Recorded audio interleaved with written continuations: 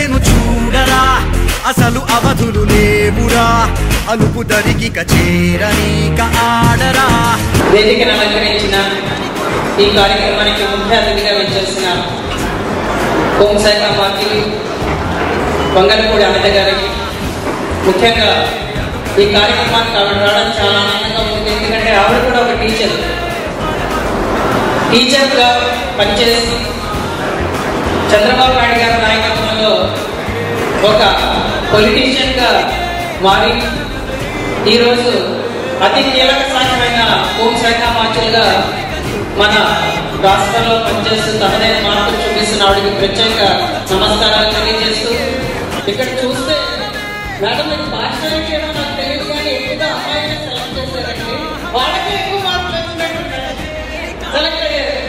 కాబట్టి విద్యార్థులందరూ కూడా ఇక్కడ 3 వంతులు వాడగా ఒక్కొక్కటే విద్యార్థులు కనిపిస్తున్నారు. నేను మా నియోజకవర్గం కూడా చూశాను, 22 మంది ఉంటే అందులో 3-4 అమ్మాయిలు ఉంటారు, మిగిలిన అందరూ కూడా అమ్మాయిలు ఉంటారు. ఖచ్చితంగా ఓపికగా చదువుతారు మీ అందరూ కూడా. దాంతో పాటు మీ అందరినీ నేను కోరుకుంటున్నది ఏంటంటే ఆత్మస్థైర్యం అనేది చాలా ముఖ్యం.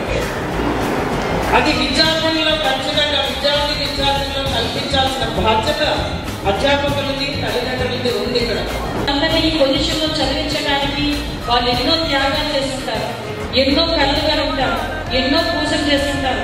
నువ్వు 10th క్లాస్ ఎగ్జామ్స్ వెళ్ళడం ఎలా వెళ్తావో తెలియదు కానీ మీ అమ్మ మాత్రం ఉదయాన్నే వెళ్ళి తలస్నానం చేసి గుడికి వెళ్ళి ఆ ప్రసాదం తీసుకొచ్చి ఆ పొట్టు తీసుకొచ్చి నీ నుదుటిని పెట్టి మళ్ళా నీ రిజల్ట్ వచ్చిన రోజు కూడా ఉపవాసం చేసి దేవుడు దండం పెట్టుకున్న సందర్భాలు ఇప్పుడు చాలా మంది అమ్మలు గమనాలనే గమనించరా ఒక రోజు గమ్యమెదురవదా గగనాలనే గురి చూడరా మరి నేల నీకు వశమవదా పిడుగు వలెనే పడుతు కలుపు ఇక ఈ నింగి నేల ఉరుము మెరుపు బరిలో నిలుపు ఇక అంతా నీదేరా అడుగు కదుపు జయము జగము నీ సొంతం అయ్యేలా విధికి ఎదురు నిలిచి గెలిచి నీ పంతం చూపేలా తగలగ మేఘమే ఎగురిక నింగి వైపుకే కొలవని వేగమే అడుగుల చూపటానికే మరిచిన తారవే ముసుగిక